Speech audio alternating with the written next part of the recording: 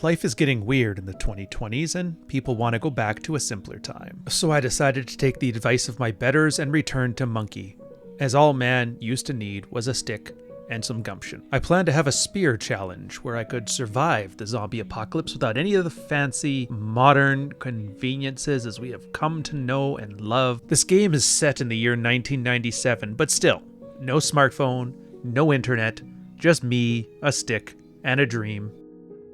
So usually when people spawn in this game, they'll look for fire axes, shotguns, or the infamous katana. All solid, classic choices for surviving a zombie apocalypse. Unfortunately, this encourages exploration without sitting back and enjoying life. Return to Monkey. Because I wanted to understand the game and, more importantly, understand myself, I wanted to understand the viability of using the very environment itself as a weapon. All you needed was a keen eye, some space, and free time, and the very trees and rocks around you would become the most powerful defense against a world gone mad. For the setup, I've added some small modifiers. Nothing that changes things, just some simple quality of life stuff. I started off in Rosewood, and if you know the game, this is one of the more uneventful starting towns. For negative traits, I am thin-skinned as a slow healer, conspicuous and prone to illness. Unlucky with a weak stomach, short-sighted, and a slow reader. For positive traits, I was a speed demon, dexterous, athletic, and strong. My job before the apocalypse was a repairman. These are skills designed for a man who wanted to build and maintain his spear and cleanse the countryside. I called my character Bishop. Silver Bishop. He is named after one of the many wonderful fans and Patreon subscribers. He's an Austrian man, and if I know anything, Austrian men with a dream can accomplish anything as soon as they have a final solution in mind. My goal would be to become a one-man army. I would return to Monkey. I am become Death, the destroyer of worlds, but with a stick. I start off in my small suburban home and go out to the tool shed to find me the things that I would need to make my first spear. It's important that you think of your long-term survival, so planning today helps you survive tomorrow. Unfortunately, my neighbor was hiding behind the door, and before I knew it, this adventure was already over. I start off in a small suburban home. I go outside and look for a tool shed to find me the things that I would need to make my first spear. This time I was ready. I had found an iron bar. While the spear is a majestic, noble weapon of destruction, it was a glass cannon. In order to avoid being weaponless after a potential break, I would require a secondary weapon, just in case. All that was left is finding an axe, a hammer, and a saw, and I could create a weapon out of every part of the environment. I would finally be able to return to Monkey. As I fought through town, I looked everywhere for the tools I would need. Along the way, I stopped at my old school, hopefully, to find knowledge. Knowledge. With knowledge, I would ease the difficulty of my trip, learning how to craft better spears, spears that were faster, spears that were stronger, better. This is the power of knowledge. Now equipped with knowledge, I continued my search for a saw, cleansing the zombified townsfolk along the way. The first day is always the hardest.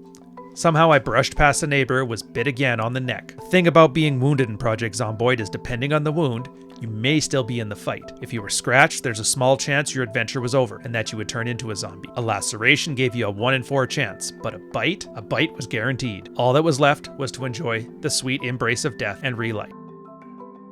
I had completely run out of Austrian bishops. I had completely run out of hope. So I would have to resort to a more drastic measure. I would have to find the top G of answers. I did what I had to do to survive the challenge. I decided to bring the top G himself, Andrew Tate, into the zombie apocalypse. It's time to see if all that was hype, or if he really was peak masculinity. All I had was a shirtless G and a dream. The world was cold and harsh. In the cold fog, shirtless. The world did not want me to return to Monkey. The tool shed gave me the initial weapon to continue on my path. Knowledge, tools, and finally, the return. A bag on my back would alleviate the weight on my shoulders. I could store future spears, more spears, and thus continue to cleanse the world even after my shoddy craftsmanship would let me down. I took inspiration from the movie Invincible. I found a green poncho. The G in Top G now stood for Green Poncho. I would be the hero that Kentucky needed, not the one that it deserved. In the meantime, I kept safe with my inanimate carbon rod. I was able to secure everything but a saw, and then I remembered. There was a fire station just a block away. They always had the tools I needed, and more importantly, they had a kill zone. Inside the fire hall, I would find what I needed to survive. More so, I had a large garage with windows, and I had a secret plan. With a spear, I could funnel these zombies into a contained space and stab them in the brain while they fell to the ground. This was a house of saviors, protecting humanity from the ravages of the most dangerous enemy, fire. And for what used to be forced safety would now become a tomb, for here, the dead will finally find peace. I found a sharp rock on the ground and crafted my first spears. The trick is to smash out a window and leave the broken glass for my own safety, then to draw the attention of zombies so I could cleanse. It was working. I was finally returning to Monkey. The gym had become a tomb. I returned to the garage and I was cleansing that area, but a small problem. See, sometimes a zombie would lurch out and get enough space to stand back up and return for vengeance. I would have to run, but luckily I had a second window a short jog away where I would repeat the process. I would do this as many times as I had to until the area was cleansed.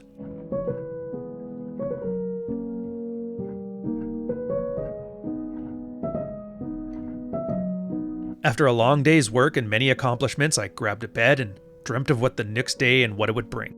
A new day up at dawn. Since the House of Fire was cleansed, I went next door to the police station. I would work my way up the village and bring simplicity and the spear of justice to the entire downtown core. The police station was full of guns and the living dead. They were prepared for everything but the power of a sharpened wooden stick and a man with a poncho. The spear had become the destroyer of worlds. Afterwards, I cleaned out the courthouse.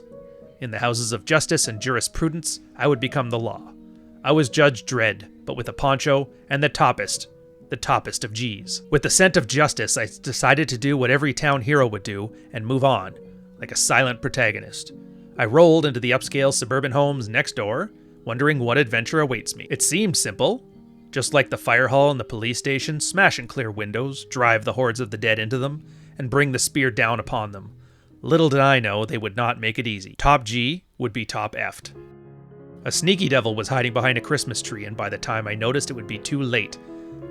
Luckily, I only received 2 scratches. Now, this was bad, but it wasn't a death sentence. The problem was, the scratches were on my right forearm. You see, in Project Zomboid, the location of your wounds matter. A scar on your leg slows you down, making you easy to catch. A scratch on my arm would make me much less effective with my spear. I would have to finish the job in the suburbs while slightly crippled, and then rest my wounds until I was able to fight at optimum efficiency. While I broke the last of my spears, I had to take my iron rod and buy me some space in order to heal. I had only had 1 bandage. Luckily, I was able to rip clothing and get some ad hoc bandages in the bathroom. I would hopefully find sleeping pills. Since the only way to get better was to change your bandages frequently and rest, I would use sleeping pills and ripped rags in order to rest and recuperate. Luckily, it only took a few days of rest and relaxation. I left the upscale suburbs and continued my quest to chop down trees with my axe, saw into planks with my saw, and carve into spears with my knives. I managed to clear the downtown core and had my system in place. I would have all the spears, so long as there was a tree or branch anywhere on this map. I now had 7 spears, enough to handle more zombies than ever. I walked past the church and felt a presence. Zombies were everywhere, so this is where I would make my last stand. While I investigated the neighborhood, one of the homes I broke into had a house alarm going off. This would draw zombies in from far and wide. It was time to see if I truly was top G. The spear had a few superpowers. I would critically wound 2 zombies at once, even if I was extremely panicked. This would happen if hundreds of zombies were converging on my position anyway, so it worked. I could store one on my back for a quick backup if the one I was using happened to break. This came at the expense of very limited durability. Sticks were deadly, but they would never outlast the power of steel. I went to bed on the 2nd floor of a safe house. That day, I almost found 160 zombies and came out ahead. This was like the 300 Spartans, only there was just one, Top G, in a poncho. So Project Zomboid, it's not fair, and any advantage you could find, you have to ruthlessly exploit. In my quest, I had wanted to return to a simpler time. I had to become the Top G, I had to wear a poncho, and I had to return to Monkey. The thing is, this battle would never stop. I could reduce the world to ash and they would still come for me. That's the thing about roguelikes like Project Zomboid. You could be perfect in every way, and all it takes is one small mistake and then everything would end. All it would take, one man hiding behind a Christmas tree, one man in the back of a shed just sitting there to take all this hard work away, leaving you with nothing. Just like real life. But for this one simulated week, I had experienced the freedom of returning to Monkey, the freedom to cleanse the town, the freedom to be top G in a poncho. My name is Ryan, and I hope you enjoyed yourself. I want to thank everyone that was watching the live stream. As always, you can check them out yourself, and cheers.